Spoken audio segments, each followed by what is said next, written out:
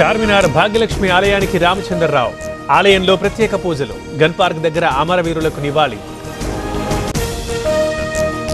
నేడు Telangana cabinet sub committee భేటీ. Deputy CM Bhatti నేతృత్వంలో సమావేశం. వనరుల సమీకరణపై సమీక్షించనున్న మంత్రులు. పంచాయతీ ఎన్నికలపై తెలంగాణ సర్కార్ నజర్. మెజారిటీ పంచాయతీల్లో గెలిచేలా అధికార పార్టీ వ్యూహం. నేతలకు ఖర్గే, రేవంత్ దిశానిర్దేశం. తాడిపత్రి వెళ్లేందుకు మరోసారి పెద్దారెడ్డి ప్రయత్నాలు. అనుమతి కోరుతూ ఎస్పీ జగదీష్కు లేఖ. మళ్లీ వేడెక్కిన తాడిపత్రి పాలిటిక్స్. బద్వేలులో అక్రమ నిర్మాణాల తొలగింపు. జడ్పీటీసీ పోలిరెడ్డి కుటుంబ సభ్యుల ఇంటికి నోటీసులు. అధికారులు సీజ్ చేయడంపై ఆగ్రహం. కామారెడ్డిలో భారీగా పేలుడు పదార్థాల స్వాధీనం. శ్రీవారి వెంచర్లో అక్రమంగా నిల్వ.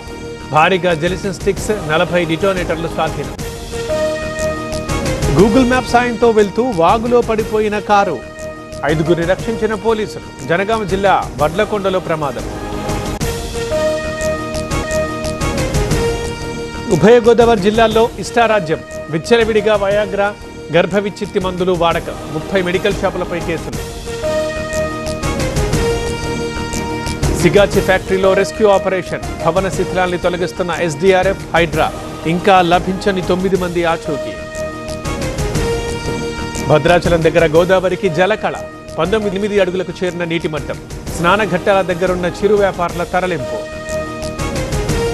తుంగభద్ర డ్యాంకి పెరుగుతున్న వరద. 21 గేట్లెత్తి దిగువకు నీటి విడుదల. ఇన్ఫ్లో 71,000 క్యూసెక్కులు. సిద్దిపేట జిల్లాలో చిరుత కలకలం. వడ్డేపల్లి గ్రామ శివారులో సంచారం. భయాందోళనకు గురవుతున్న ప్రజలు. చిత్తూరు జిల్లాలో ఏనుగుల బీభత్సం. మామిడి, అరటి, టమోటా పంటలు నాశనం. పొలాలకెళ్లేందుకు భయపడుతున్న రైతులు. వరి నాట్లు వేసిన ఉత్తరాఖండ్ సీఎం. పొలంలో కాసేపు గడిపిన ముఖ్యమంత్రి. అన్నదాతల్ని ఆదుకుంటామని హామీ. బీహార్ మోదీకి ట్రినిడాడ్ అండ్ టొబాగో అత్యున్నత జాతీయ పురస్కారం. Port of స్పెయిన్లో award. 140 కోట్ల భారతీయుల తరఫున అందుకున్నానన్న మోదీ. అర్జెంటీనాలో మోదీ పర్యటన. పలు ఒప్పందాలు చేసుకోనున్న భారత ప్రధాని. ఘన స్వాగతం పలికిన ఎన్ఆర్ఐలు.